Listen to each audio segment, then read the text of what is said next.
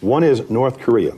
And you say that you, as president, would be willing to launch a preemptive strike against North Korea's nuclear capability. First, I'd negotiate. I would negotiate like crazy, and I'd make sure that we tried to get the best deal possible. But look, Tim, if a man walks up to you on a street in Washington, because this doesn't happen, of course, in New York, but if a man walks up and puts a gun to your head and says, give me your money, wouldn't you rather know where he's coming from before he had the gun in his hand? And these people, in 3 or 4 years, are going to be having nuclear weapons. They're going to have those weapons pointed all over the world, and specifically at the United States. And wouldn't you be better off solving this really potentially unbelievable, and the biggest problem, I mean, we can talk about the economy, we can talk about Social Security. The biggest problem this world has is nuclear proliferation.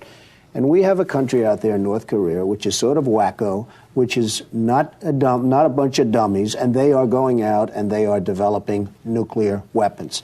And they're not doing it because they're having fun doing it, they're doing it for a reason.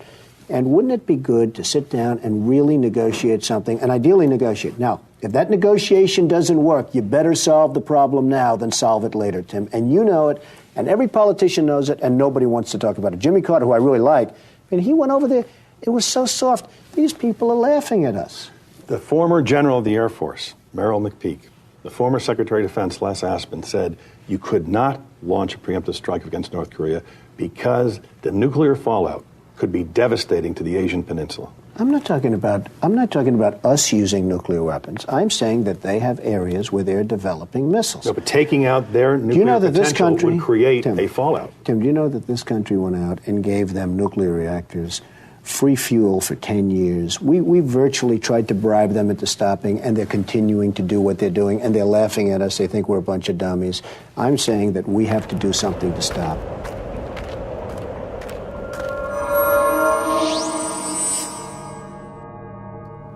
This is Dan Dix here reporting for Press for Truth. Tensions are continuing to rise between the United States and North Korea, with threats of fire and fury coming from the U.S. and a response of a potential preemptive attack coming from North Korea. In this video, we're going to pull back the veil and reveal what the deep state or the secret government is doing behind the scenes, and how they will use a manufactured crisis to advance their agenda for a one-world government. Donald Trump recently made the following statements when asked about North Korea's nuclear capabilities. North Korea best not make any more threats to the United States. They will be met with fire and fury like the world has never seen. He has been very threatening beyond a normal statement. And as I said, they will be met with fire, fury, and frankly power, the likes of which this world has never seen before. In response to this, North Korea says it is seriously considering a preemptive nuclear strike on Guam. This is United States territory where over 200,000 Americans currently live. The Japanese have warned that North Korea may be in possession of a miniature nuclear warhead, pointing out the potential range of missiles developed and the potential damage that North Koreans can do to the world with these weapons. Following this threat, Congress issued the following statement. Recent reports regarding North Korea's nuclear capabilities are deeply troubling, but I remain confident that Guam remains safe and protected.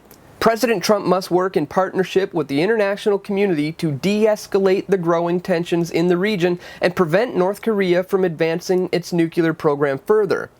While the recent sanctions imposed by the UN Security Council were an effort to demonstrate to Kim Jong-un that his actions will not go unanswered, President Trump must show steady leadership as these sanctions are carried out.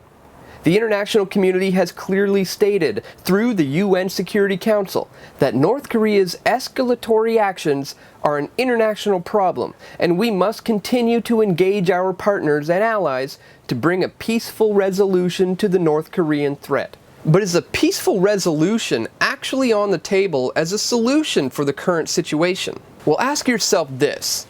If Kim Jong-un is in possession of weapons of mass destruction, why on earth would he give them up or halt the program after the example that the American military made of Libya's Muammar Gaddafi? In 2003, Libyan leader Muammar Gaddafi agreed to eliminate his country's weapons of mass destruction program, including a decades-old nuclear weapons program. Then in 2011, the US invaded Libya under the guise of a humanitarian mission, which clearly indicates to every other leader in the world that there is absolutely no protection to anyone who complies by giving up their WMDs.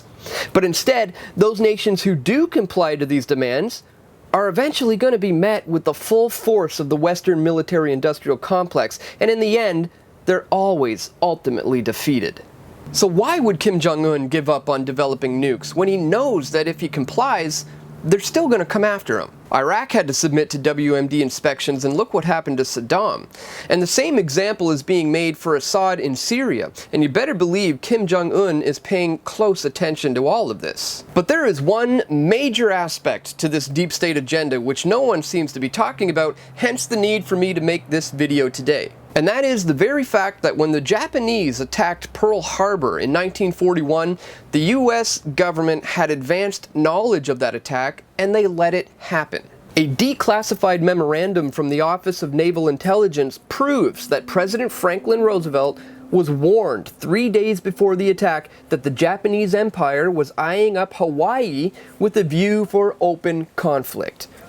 The McCollum Memo was a memorandum that was dated October 7, 1940, more than a year before the Pearl Harbor attack, and it outlined the specific goals for using Japan to gain order out of chaos.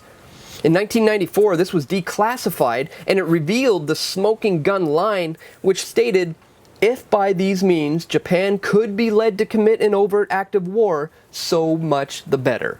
So the point I wanted to make in today's video is that it is extremely likely that the deep state behind the United States government will either provoke Kim Jong-un and allow him to attack, or they'll conduct the operation on their own with a false flag attack that will be blamed on Kim Jong-un. There is a major historical battle taking place right now between the global centralized bankers and those who refuse to fall in line. And I'm not saying that Kim Jong-un is a good guy, or that we should be defending North Korea here.